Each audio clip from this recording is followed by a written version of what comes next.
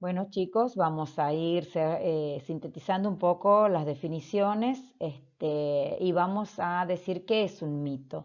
Un mito es una narración maravillosa protagonizada por dioses, héroes o personajes fantásticos, ubicada fuera del tiempo histórico, que explica o da sentido a determinados hechos o fenómenos. Es decir, eh, la protagonizan dioses, héroes o personajes fantásticos. Como dioses, ustedes pueden haber escuchado en el relato anterior sobre Zeus, por ejemplo, héroes como Hércules, personajes fantásticos como el cíclope, Escila, ¿sí? Entonces, todas estas historias están ubicadas fuera del tiempo histórico, o sea que no hay una ubicación precisa del tiempo en el que suceden estas narraciones. Es decir, no hay un año en el que precise un siglo, sino que hay marcas temporales como por ejemplo cuando dice hace mucho tiempo, en el año en el que los dioses gobernaban la tierra, ese tipo de expresiones son las que nos ubican en el tiempo, pero no sabemos precisamente en qué tiempo histórico, ¿sí? En qué siglo, en qué año, antes de Cristo, no sabemos muy bien en qué lugar, en qué tiempo se sitúan. Explica o da sentido a determinados hechos o fenómenos, ¿sí? Acá, por ejemplo, hablamos de Troya, de cómo llegaron comienza en las aventuras de Ulises, comienza comentando cómo llegaron a invadir Troya, ¿sí? Nos comenta los 12 trabajos que que tuvo que hacer Hércules para poder estar con su familia, nos dice de toda la odisea que tuvo que pasar Ulises para poder volver también con su esposa y su hijo a Ítaca, ¿sí? El regreso de Ulises a Ítaca. Entonces, estas son las cosas que explica un mito.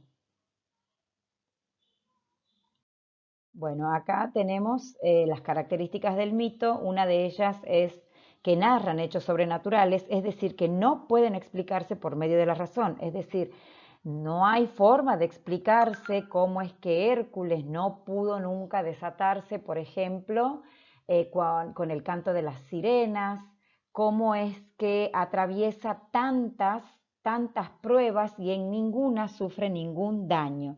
Es decir, no se pueden explicar a través de la razón o no puede explicarse tampoco la fuerza de Hércules para realizar todos los trabajos que le tocaron. Son de origen anónimo, pues se desconoce el nombre de quienes los inventaron y son transmitidos de generación en generación. Esto se acerca mucho también a las leyendas que nosotros conocemos, que muchas son anónimas, ¿sí? En el caso de los mitos también son de origen anónimo y hay alguien que los recopiló. Sí, hay grandes compiladores que realizaron esa compilación de mitos y que lo transmitieron de manera escrita, pero antes de eso se fueron contando de manera oral y fueron trascendiendo el tiempo. Otra característica es que se ubican en un pasado remoto, es decir, muy lejano, y es lo que decíamos al principio. No sabemos muy bien en qué año, en qué época, en qué siglo, sino que fue hace mucho tiempo, pero no sabemos precisamente cuándo. Otra característica es que en el caso de los mitos griegos, los poetas de este pueblo escribieron numerosas versiones. Ustedes a estas aventuras de Ulises la van a encontrar con otros nombres y relatadas de diferentes formas. Por ejemplo, a los 12 trabajos de Hércules también. Entonces, todos los mitos griegos han sido recopilados por poetas de este pueblo y escribieron numerosas versiones. La versión será de acuerdo a quien la escribió. En cuanto a los personajes, bien, los personajes pueden ser dioses, inmortales, poderosos y dominan todos los aspectos de la naturaleza. Un ejemplo de esto es Zeus, ¿sí? Son seres inmortales, ¿sí? Cuando hablamos de héroes, hablamos de seres excepcionales que se destacan por sus cualidades físicas o intelectuales. Por ejemplo, Hércules. y otros personajes mitológicos que son seres extraordinarios, divinidades menores, monstruos espantosos, como es el caso de Caribdis, como es el caso del Cíclope en Ulises. Bien, y acá en cuanto a la estructura de los mitos, no es más que la estructura que tiene una narración. Se organiza siguiendo un orden temporal, pero ahí tenemos que tener cuidado porque si bien sigue un orden temporal, estamos hablando de cómo se organizan las acciones dentro del texto o de la narración, ¿sí? No hablamos de el tiempo que hablábamos en el que suceden todos estos hechos, ¿sí? Sino en cómo se ordenan las acciones. Sabíamos que la ubicación en el tiempo no es precisa de los mitos, ¿sí? Pero acá sí vamos a tener que los mitos siguen la estructura de la narración, es decir, que se organizan siguiendo un orden temporal, el orden de las acciones. Entonces vamos a decir que parte de una situación inicial donde se presentan los personajes y se sitúan en el lugar y la época.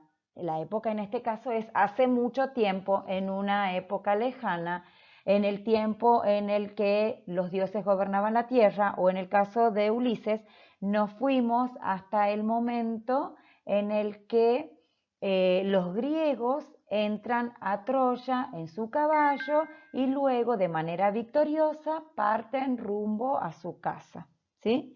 Esta sería un poco la situación inicial.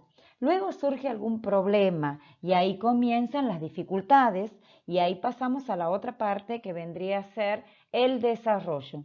Para resolver ese problema, los personajes realizan una serie de acciones que forman parte del desarrollo de la narración. ¿Cuál es el problema acá? Ulises necesita volver a Ítaca, que es el lugar donde vive su familia y desde donde partió, ¿sí? Entonces, en el desarrollo acá nosotros vamos a encontrar todas las aventuras que va nombrando Ulises o que va contando, ¿sí? Las acciones culminan en el desenlace, la resolución del problema o complicación, ¿sí? Es decir, que este desenlace puede ser favorable o no para los protagonistas. Todas esas acciones que se van dando durante el desarrollo de la narración nos van a llevar al desenlace, ¿sí? Puede que Ulises llegue o no a Ítaca, o puede que vuelva a tener algún inconveniente y que quede inconcluso el final. Por eso es que se llama desenlace y no final, ¿sí? Porque en el desenlace es donde se van a resolver todos los problemas o las complicaciones que se han presentado en el desarrollo. Pero eso no significa que se resuelva de manera favorable. Puede ser también un desenlace con final abierto. En este caso tenemos un desenlace preciso para las aventuras de Ulises y es en el momento en el que Ulises retorna, consigue encontrarse o reencontrarse con su familia. Bueno, esto era un poco lo que le quería explicar acerca de la narración y acerca de las características del mito, como para ampliar un poco la información que ustedes tenían y como para que les quede claro en esta narración o en este mito que nosotros estamos viendo, cuáles son los elementos que vamos teniendo en cuenta.